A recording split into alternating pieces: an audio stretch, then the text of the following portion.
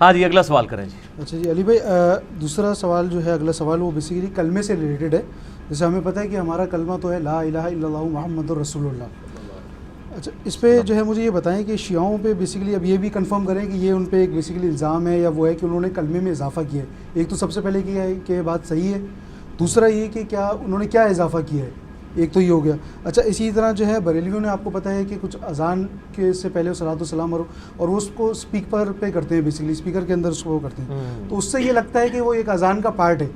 For example اگر کوئی غیر مسلم اگر یہ سنے تو اس کو وہ تو سمجھے گا، وہ تو یہی سمجھے گا کہ بھائی اذان کا پارٹ ہے. تو اس کے بارے میں ہاں جی اس پہ میرا موقف یہ ہے میرے بھائیوں کے، پہلی بات تو یہ ہے کہ یہ جو اضافہ ہے یہ سب نہیں کیا ہوا ہے. دین میں جو اچھی چیز کا اضافہ ہے وہ تو نہ کفر ہے نہ شرک ہے، زیادہ سے زیادہ بدعت ہے.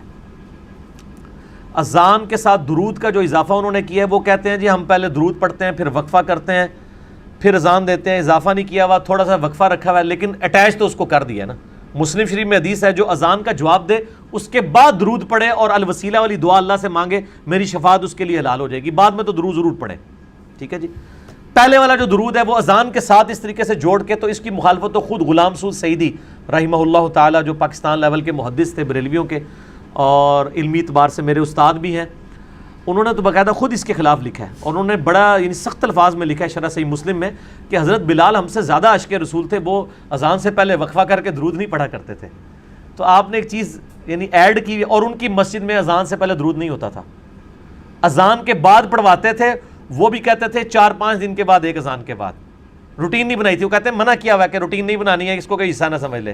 اور 4-5 دن کے بعد اس لیے کہ ہم پہ کوئی وہابی ہونے کا فتویٰ نہ لگا دے. ظاہر ہے دونوں طرف بیلنس رکھنی پڑتی ہے نا، کیا کریں آپ کس معاشرے میں رہ رہے ہیں. پتہ ان کو بھی تھا، انہوں نے لکھ دی ہے یہ بات شرح صحیح مسلم کے اندر.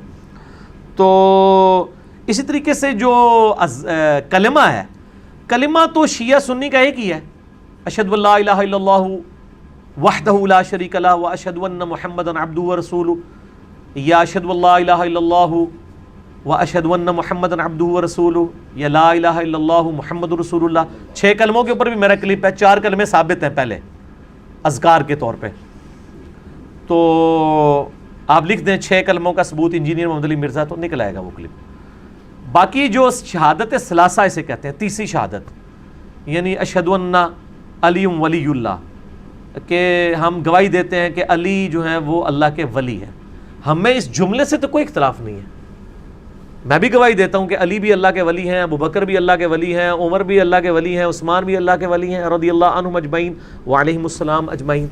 لیکن اس کو کلمے کے ساتھ ایڈ کر دینا یہ بدعت ہے، اور یہ خود شیعہ علماء نے اس پہ بدعت کا فتویٰ لگایا ہوا ہے.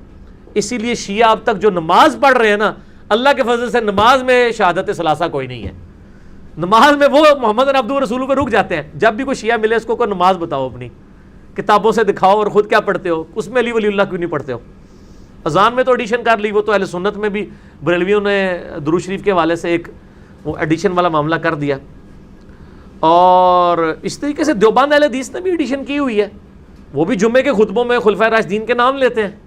تو نبی علیہ السلام نے تو نہیں 4 خلفاء کے نام لیے، آپ نے کیوں لینے تھے، وہ تو بعد میں منع ہے.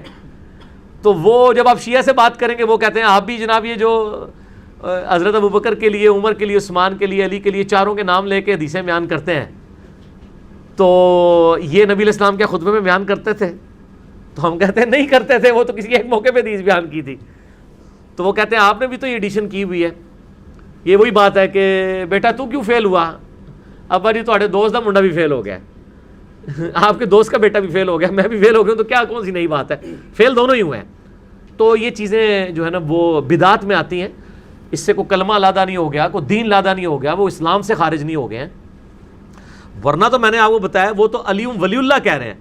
اگر وہ علی رسول اللہ کہہ دیں تو ٹھیک ہے، آپ دین سے نکال دیں.